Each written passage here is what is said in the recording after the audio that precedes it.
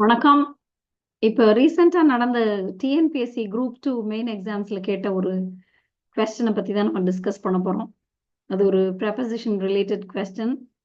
The moon shines bright dash the clouds.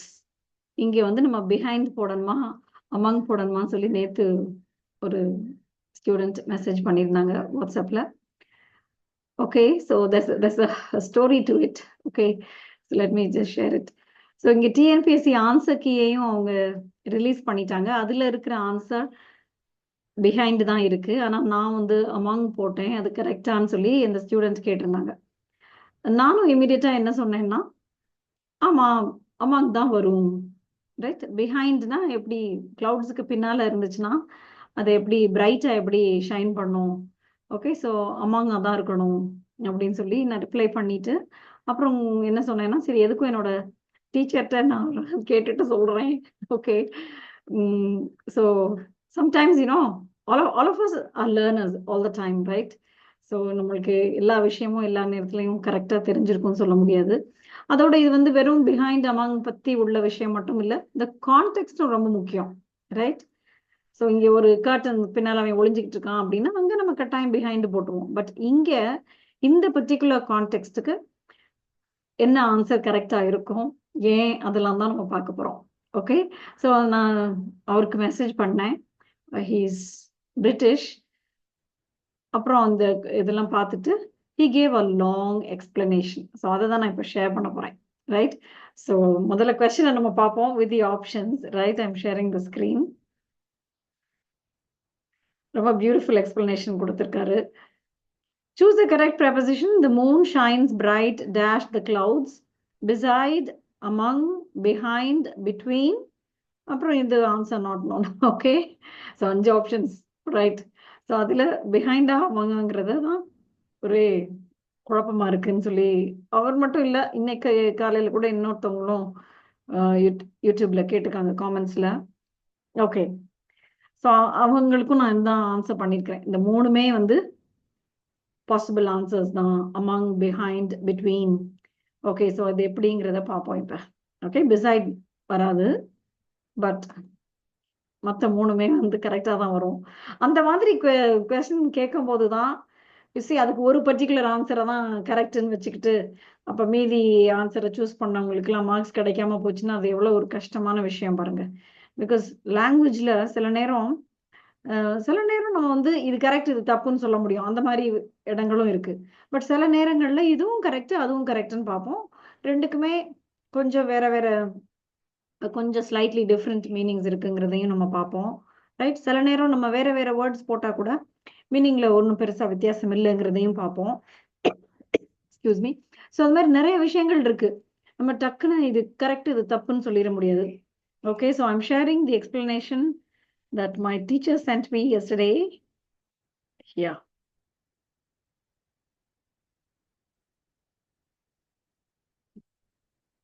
Hi, Vanilla. Firstly, I would say that the moon shines brightly and not the moon shines bright. அது ஒரு விஷயம். Okay, அதை பத்தி நம்ம இன்னொரு நாள் கூட பேசுவோம். ரெனன் மார்ட்டினுடைய பழைய எடிஷன்ஸ்ல எல்லாம் நீங்க பாத்தீங்கன்னா the third chapter ஆரம்பிக்குது இல்ல, the sentence தான் first chapter, second subject and predicate, அப்புறம் third வந்து இந்த parts of speech இருக்கும், phrase. Okay, parts of the sentence அப்புறம் பார்ட்ஸ் ஆஃப் ஸ்பீச் வரும்னு நினைக்கிறேன். எஸ், ஸோ அங்க நவுனுக்கு கொடுத்துருக்கிற எக்ஸாம்பிள்ஸ்லயே வந்து த சன் ஷைன்ஸ் பிரைட்னு கொடுத்துருக்கோம் பழைய புக்ஸ்ல, பழைய எடிஷன்ஸ்ல சொல்றேன். இந்த பிடிஎஃப்ல சரி இல்ல அப்புறம் வந்த எடிஷன்ஸ்ல எல்லாம் வந்து பிரைட்லின்னு கொடுத்துருக்கோம், right? So that's one thing. So வேர்புக்கு அடிஷனல் மீனிங் கொடுக்கறதுனால நம்ம அங்க அட்வர்பை போடுறோம். எப்படி ஷைன் பண்ணுது? How does the moon shine brightly? So we need an adverb there, right? Bright is an adjective and brightly is an adverb. அப்புறம் வேற சில பேர் இந்த ஒரே ஃபார்மே வந்து அட்வர்பாவும் வரும் அட்ஜெக்டிவாவும் வரும் அப்படிங்கறதெல்லாம் நம்ம பார்த்திருக்கோம். பட் அந்த டாபிக் நம்ம இன்னொரு நாளைக்கு பார்க்கலாம், இப்ப இதை பார்க்கலாம். That said, I suggest that all of the following are correct, but with slightly different meanings. The moon shines brightly behind the clouds. அதுவும் கரெக்ட்னு தான் சொல்றாரு. The clouds are between the observer and the moon. நம்ம பார்க்கிறோம்ல, நம்ம தான் observer.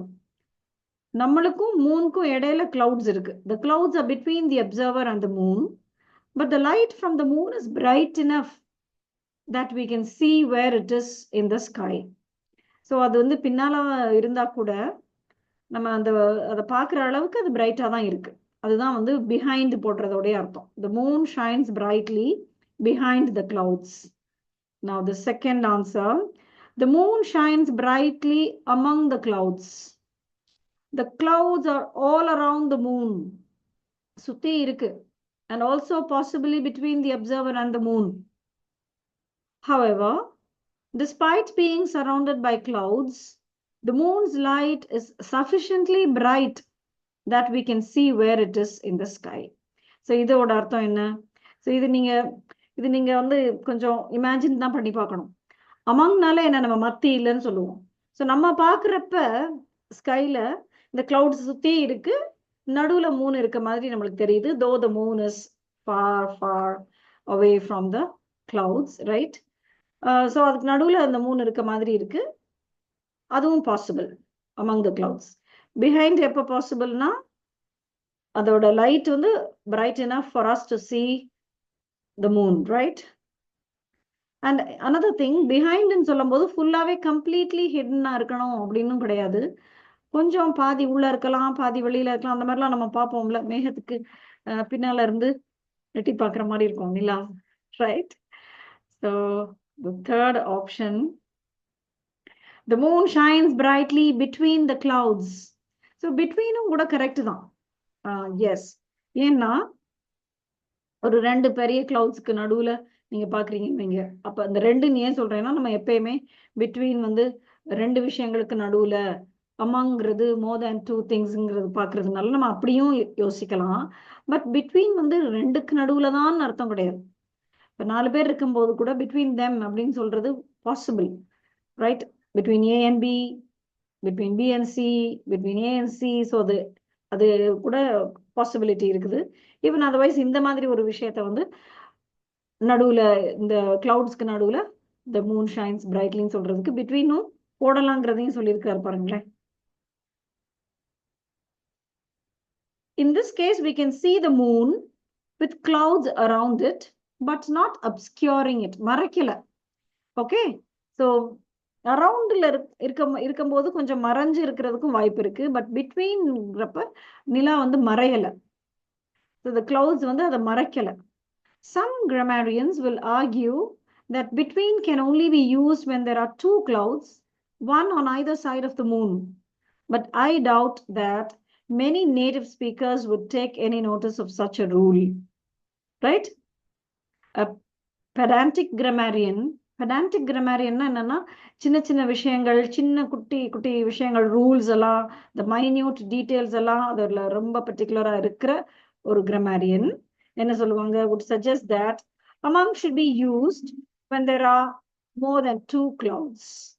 Okay, so அந்த மாதிரி ரொம்ப இந்த சின்ன விஷயங்கள் எல்லாம் பார்க்குற ஒரு கிராமரியனா இருந்தா between வராது, amongனு சொல்லலாம். But he feels that between is also correct. நமக்கு நம்மளுக்கு தெரிஞ்ச விஷயத்துல நம்மளுக்கு எட்டினது, நம்மளோட அறிவுக்கு எட்டினதை வச்சு நம்ம எதான் சொல்லிட்டு இருப்போம், right? But all of us are learning, right? There's no end to learning. But இருந்தாலும் பிரிட்டிஷ் டீச்சர்ஸ் அவங்க தானே லாங்குவேஜ் வந்து அவங்களுக்கு அது மதர் டங். அதோட டீச்சரா இருக்கும்போது இன்னும் அவங்களுக்கு நிறைய விஷயங்கள் தெரியுங்கிறதுனால தான் நான் அவங்ககிட்ட கேட்டு சொல்றேன்னு சொல்லி the student கிட்ட சொல்லியிருந்தேன், right? So I just wanted to share this here on YouTube as well. ஏன்னா இது ஒரு கிளாரிட்டி கிடைக்கும். இதுல வந்து நம்மளுக்கு இப்போ மார்க்ஸ் கிடைக்குமா கிடைக்காதாங்கிறது இஸ் another thing. பட் நம்ம வந்து லாங்குவேஜை எவ்வளவு தூரத்துக்கு அண்டர்ஸ்டாண்ட் பண்றோங்கிறது தான் ரொம்ப முக்கியம். வேலை கிடைக்கிறதுக்குலாம் நம்மளுக்கு மார்க்ஸ், அந்த ஒரு மார்க் கூட ரொம்ப முக்கியமா இருக்குது.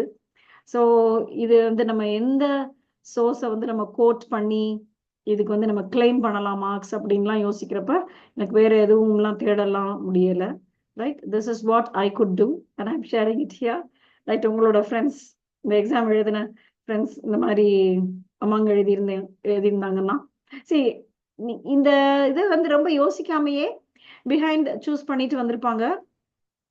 ஓகே, டிஎன்பிஎஸ்சி கீயும் வந்து பிஹைண்ட் தான் சொல்லியிருக்கு, அப்பாடா நம்ம எழுதின ஆன்சர் கரெக்ட், அதுக்கு மேல அதை பத்தி நம்ம யோசிக்கவும் வேண்டியதில்லை, கவலைப்படவும் வேண்டியதில்லை அப்படின்னு இருக்கிறவங்களை பத்தி நம்ம இப்ப பேசல.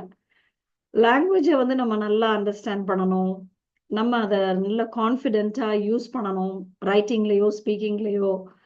அந்த மாதிரி நீங்க உங்களுக்கு இன்ட்ரெஸ்ட் இருந்துச்சுன்னா இந்த மாதிரி விஷயங்களை எல்லாம் நல்லா நீங்க அனலைஸ் பண்ணி பார்க்கலாம். இதுக்கும் என்ன டிஃபரன்ஸ்னு பார்க்கலாம். ரைட்? ஸோ நீங்க என்னோட கிளாஸஸ் ஜாயின் பண்றதா இருந்தாலும் எனக்கு நீங்க மெசேஜ் பண்ணலாம். டிஸ்கிரிப்ஷன்லையும் காமெண்ட்ஸ்லையும் என்னோட நம்பரையும் கொடுத்துருக்கிறேன். நீங்க வாட்ஸ்அப் பண்ணுங்க, don't call me. Right? Thank you. See you in another lesson.